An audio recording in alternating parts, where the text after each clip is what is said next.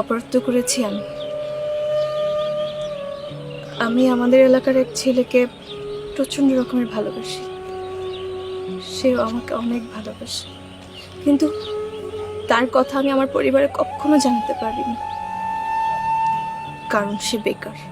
আর এর মধ্যেই আপনি এসে আমাকে বিয়ের প্রস্তাব দিলেন।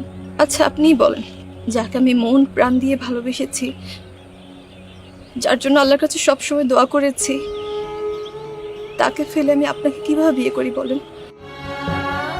জানেন, ওর সাথে আমার সম্পর্ক আজকে প্রায় অনেক বছরের, আর আপনার সাথে পরিচয় আমার কয়দিনের।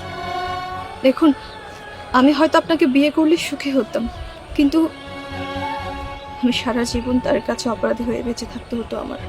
এখন আপনিই বলুন, একজন কোটিপতির বউ সামান্য একজন গ্রামের ছেলের কাছে সারা জীবন অপরাধী হয়ে বেঁচে থাকতে পারে?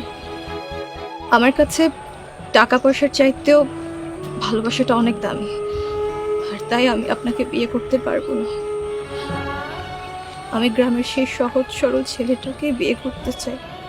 কিন্তু দেখো, ভাগ্যের কি নির্মম পরিহাস।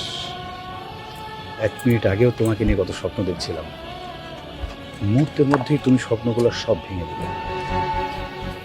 তুমি আমাকে এমন একটা সত্যের সামনে দাঁড় করিয়েছ, তোমাকে শ্রদ্ধা জানানো ছাড়া আমার আর কিছুই বলার নেই।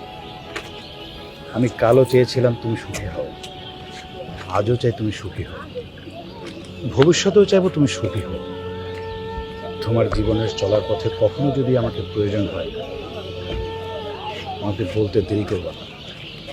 তোমাকে কোনো সহযোগিতা করতে পারলে আমি নিজেও সুখী হব।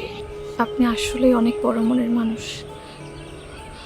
ও, আরেকটা কথা, আমি যে আপনাকে বিয়ে করতে চাচ্ছি না, এটা যেন কোনোভাবেই মা জানতে না পারে।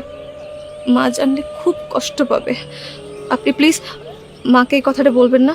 তাহলে আপনি মাকে বলবেন আপনার পক্ষে আমাকে বিয়ে করা সম্ভব না।